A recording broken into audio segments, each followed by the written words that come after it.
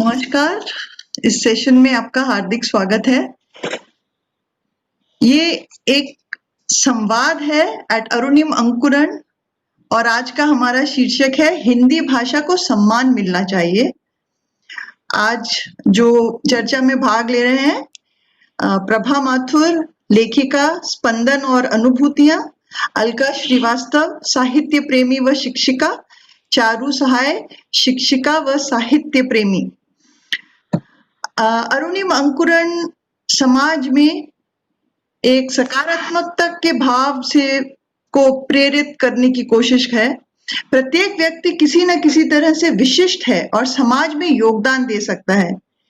तो अरुणिम अंकुरन का लक्ष्य ये है कि स्व विकास के माध्यम से समाज में सकारात्मक परिवर्तन और आत्म जागरूकता, आत्मविश्वास, आत्म विकास और आत्म अभिव्यक्ति से समाज में एक संचार हो सकारात्मक ऊर्जा का।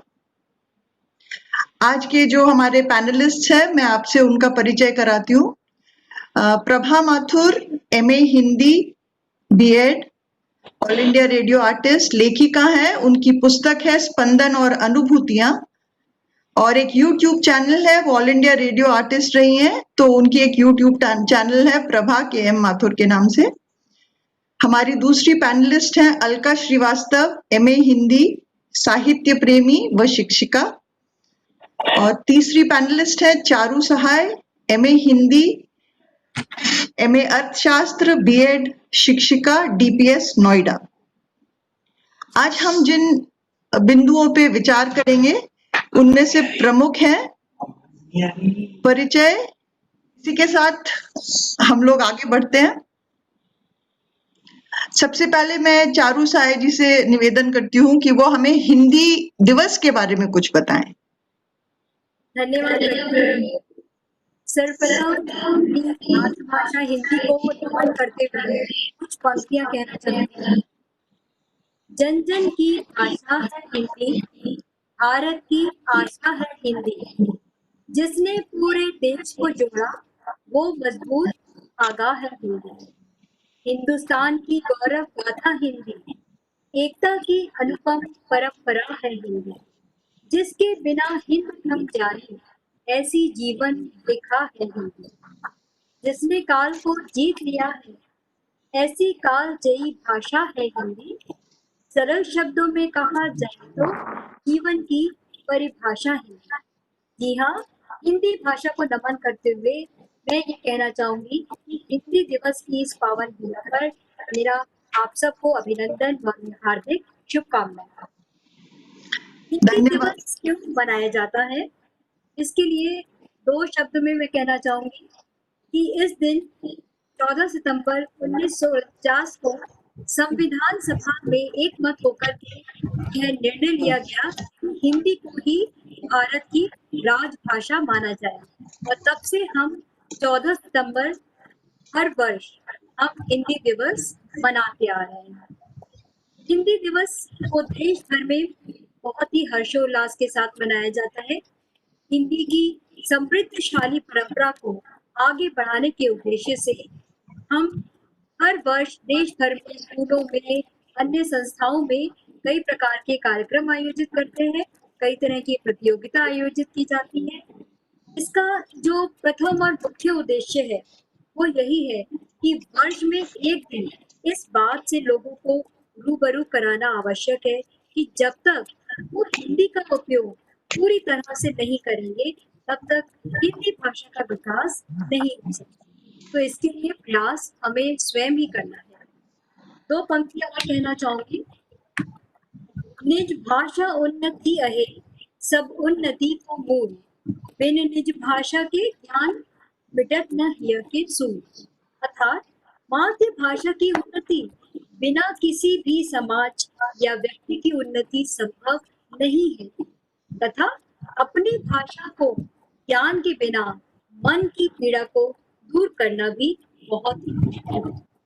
जी हाँ, यह कथन आप जानते ही होंगे कि हमारे भारतीय हिंदी साहित्य के जगत के प्रसिद्ध कवि भारतेंदु हरिश्चंद्र जी के द्वारा लिखे गए हैं। तो इसी के साथ मैं चाहूंगी कि प्रज्ञा जी आज की सभा को आगे अग्रसर करें। धन्यवाद। आपने इतनी बढ़िया ज्ञान की बातें हम लोग को बताई, क्योंकि ये बहुत ज़रूरी है कि जो भूमिका है वो स्पष्ट होनी चाहिए। हम लोग जिन बिंदुओं पे विचार करने वाले हैं, उनके बारे में। तो अलका जी, मैं आपसे पूछना चाहती हूँ, समाज में हिंदी का क्या स्थान है? आज के समाज में हिंदी का क्या स्थान है आपके नज़रिए में? हाँ, धन्यवाद प्रज्ञा। और मैं अरुणिमा अंकुर को बहुत धन्यवाद देती हूँ कि उन्होंने इस हिंदी दिवस को हम लोगों के माध्यम से बातचीत करके हिंदी का महत्व बताने के लिए अपन ने परिचर्चा आयोजित की है। तो मैं आप सबसे बोलना चाहती हूँ कि हिंदी भाषा जो है, या हिंदी दिवस मनाने की आवश्यकता नहीं है, हम प्रतिदिन हिंदी दिवस मनाएं, कुछ बिंदुओं पर विचार करें, क्योंकि ये एक भाषा जो है, जो माध्यम है एक से दूसरे को अपनी भावनाएं पहुंचाने का। तो हिंदी भाषा एक सर्वोत्कृष्ट माध्यम है, जिसके द्वारा हम अपनी भावनाएं, अपना हिंदी का स्वाभिमान प्रकट कर सकते हैं। तो हिंदी भाषा के लिए मैं इतना कहना चाहूंगी कि अपन दिवस की प्रथा न करके वर्ष भर 365 दिन अपन हिंदी दिवस मनाएं। बहुत बढ़िया बात है। बिल्कुल। हाँ, और हिंदी भाषा की जो अनिवार्यता है, इस पे अपन बहस नहीं करें, वो अनिवार्य है, रहना चाहिए। और उसको जो छोटे छोटे शाखाएं हैं बोलियों के रूप में, वो भी हिंदी भाषा का ही स्वरूप है, तो उसको भी स्वीकार करें। और मुझे बस इतना कहना है कि हिंदी दिवस ना मनाएं, 365 दिन अपन हिंदी दिवस मनाएं। हाँ, बहुत और अच्छा विचार है। जी, थैंक यू। धन्यवाद। अभी ये हमारा परम सौभाग्य है कि हमारे बीच में एक लेखिका भी हैं, और मुझे बहुत गर्व है ये कहते हुए कि वो मेरी माँ हैं। तो वो एक लेखिका है, तो मैं उनसे ये पूछना चाहती हूँ कि लिखने की प्रेरणा कहाँ से मिलती है उनको? उन्होंने कहाँ से लिखने की प्रेरणा ली? जो हमारे समाज में जो हम देखते हैं, क्या उससे भी प्रेरणा लेके लिखा जा सकता है?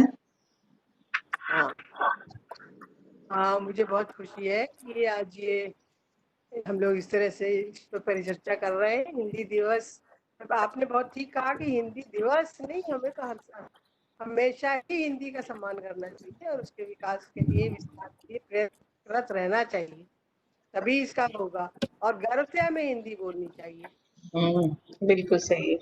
हाँ, तो ये जो लिखने की प्रेरणा तो लेखक या कवि को अपने आसपास से ही मिलती है। जहाँ जो बात लेखक का भी है, कहते उसी चीज को सब देखते हैं, भूतियाँ आती हैं, उसको फिर प्रकट करते हैं हम उसी तरह से, नए नए ढंग से। और उसमें एक इसका है किसको किस विषय में रुचि है।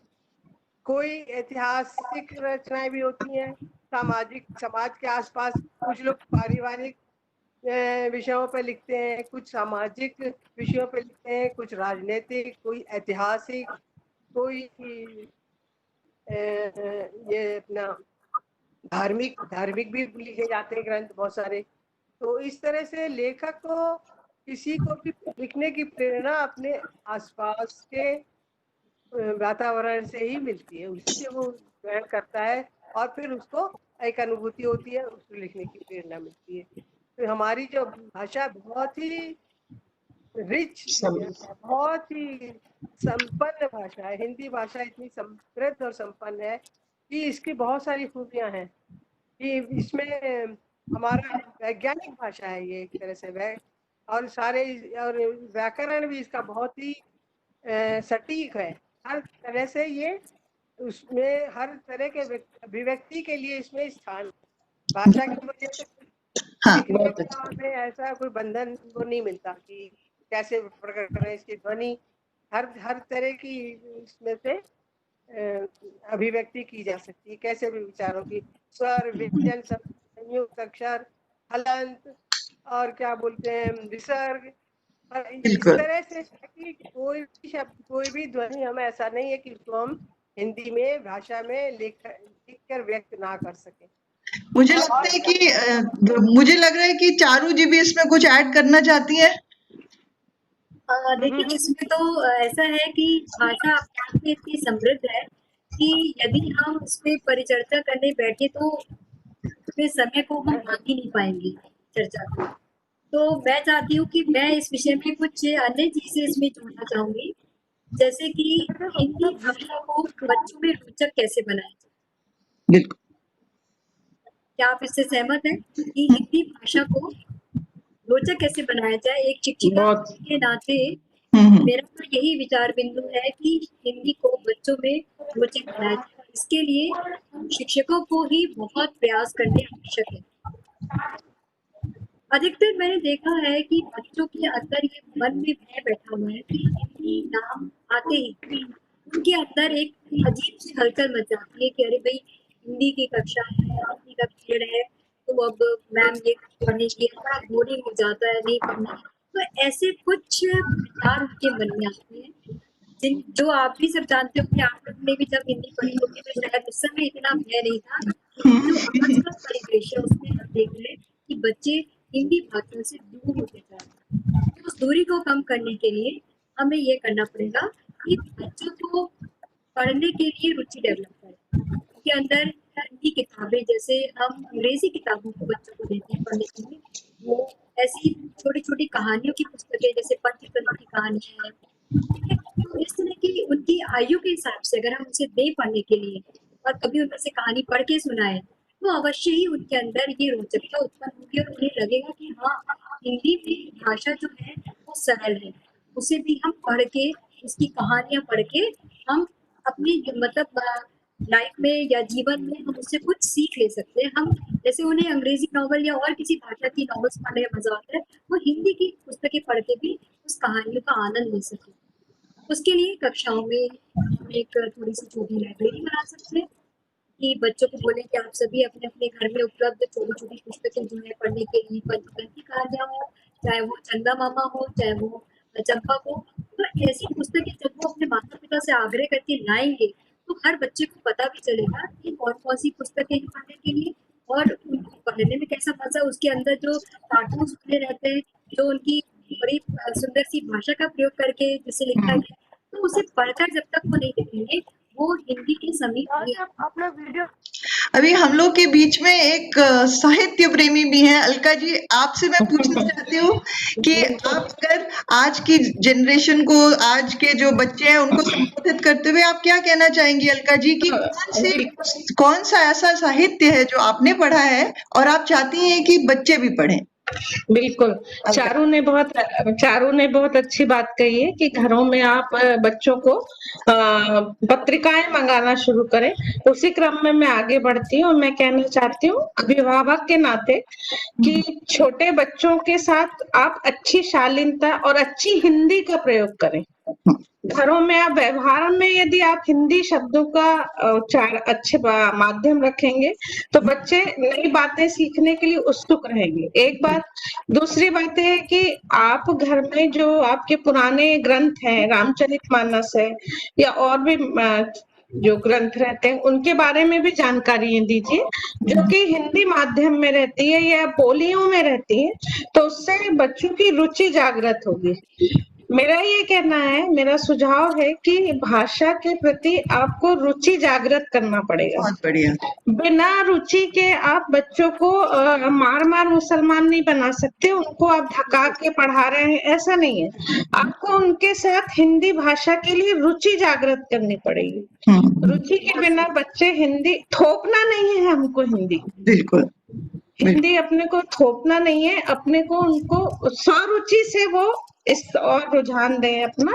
मैं अभिभावक होने के और शिक्षिका होने के नाते बताती हूँ, जो बच्चों के लिए मन में एक आ गया ना, बोर करता है हिंदी, तो ये भावना को आप शिक्षक और अभिभावक दोनों का कर्तव्य है कि इस भावना को बच्चों के हृदय से दूर करें। बिल्कुल, बहुत अच्छे सुझाव दिया आपने अलका जी, धन्यवाद। मैं जो हमारे बीच में लेखिका है उनसे भी निवेदन करती हूँ कि आपके विचार से समाज में हिंदी को सम्मान दिलाने के लिए एक या दो कौन से ऐसे बिंदु हैं जिन पे आप बात करना चाहेंगे? हम इसके लिए आवश्यक है कि हिंदी को एक शान से बोलें। हिंदी बोलने में यस, गर्व महसूस। सोच नहीं होना चाहिए कि हम इंग्लिश नहीं बोल पा रहे हैं इसलिए हमें हिंदी बोलनी पड़ रही है, हमें नहीं आती। हिंदी को हम गर्व से बोलें, बिल्कुल सही है। मातृभाषा सोच के बोलें। बिल्कुल। क्योंकि हमारी मातृभाषा है, हमारे इस विशाल देश में इसका खूब विस्तार हो, बढ़े और सब लोग इसको पढ़ें। इतना अच्छा हिंदी में साहित्य है जिसकी कोई मिसाल नहीं है दूसरी। हमारे यहाँ हर तरह की रचनाओं का अथाह भंडार है, कहानी, कविताएं, महाकाव्य, उपन्यास, किसी की कमी नहीं है। और लेकिन लोगों को मैं तो इसको यही कहूंगी कि भाषा के प्रभाव की वजह से लोग हिंदी बोलने में संकोच करते हैं। कोई हिंदी ऐसे करेगी, हिंदी बोलने में संकोच। ये भावना बिल्कुल नहीं करनी चाहिए सबके अंदर से। और घर से हिंदी बोलो भाई, हमारी मातृभाषा है। हाँ। बिल्कुल ऐसा कुछ है। आप जब हम करेंगे तो आपकी, लेकिन भगवान की कृपा से ही कहना चाहिए, अब हिंदी को हमारी तीसरा स्थान मिला है। ऐसी भाषा वर्ल्ड में स्तर पर लाई गई है। तो अभी धीरे धीरे होगा सब, हमें भाषा नहीं छोड़नी चाहिए और पूरा प्रयत्न करना चाहिए। और क्यों नहीं मिलेगा, हमारे इतनी रिच भाषा है जिसका कोई पता, हर एक भाषा, हर एक भाव की अभिव्यक्ति के लिए एक नहीं, अलग अलग शब्द है जिससे हमें पहचान होती है। हम सोच सकते हैं कि किसके लिए कहा जा रहा है। अगर हम किसी को कहेंगे वात्सल्य, तो ये मतलब अपने आप ही बिना कहे कि वात्सल्य भाव किसके लिए प्रदर्शित किया जा रहा है, या प्रेम, प्यार, और इस तरह से मतलब एक एक भाव के लिए अलग अलग शब्द है जिसको हम निश्चित कर सकते हैं। बहुत समृद्ध शब्दावली है। बहुत समृद्ध। ये हमारी परिचर्चा में बहुत सारे अलग अलग विषयों पे हमने चर्चा करी। इसी के साथ हम इसको समाप्त करने की तरफ बढ़ रहे हैं, तो मैं चाहती हूँ कि सब लोग अपने अपनी तरफ से जो विचार व्यक्त करना चाहते हैं समापन के पूर्व प्लीज करिए।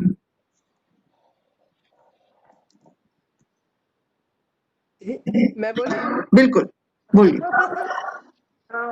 हिंदी के प्रति एक छोटी सी कविता है। प्रेम प्यार से पढ़ो पढ़ाओ, हिंदी को मन से अपनाओ, भर दो इसमें नई जवानी, कर दो इसकी नई कहानी।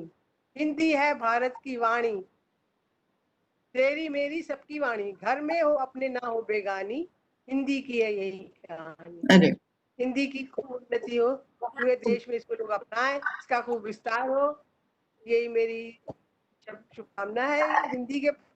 और आप सबको भी बहुत अच्छा लगा सबसे बात करके, मिलके, और इतने अच्छे विषय पर परिचर्चा करके बहुत अच्छा लगा। धन्यवाद। ऐसे हम भविष्य में भी करते रहे कुछ ना कुछ। बिल्कुल बिल्कुल। अलका जी। हाँ, प्रज्ञा को, अरुणिम अंकुर के बाद जो तुम लोगों ने ये सब आयोजित किया।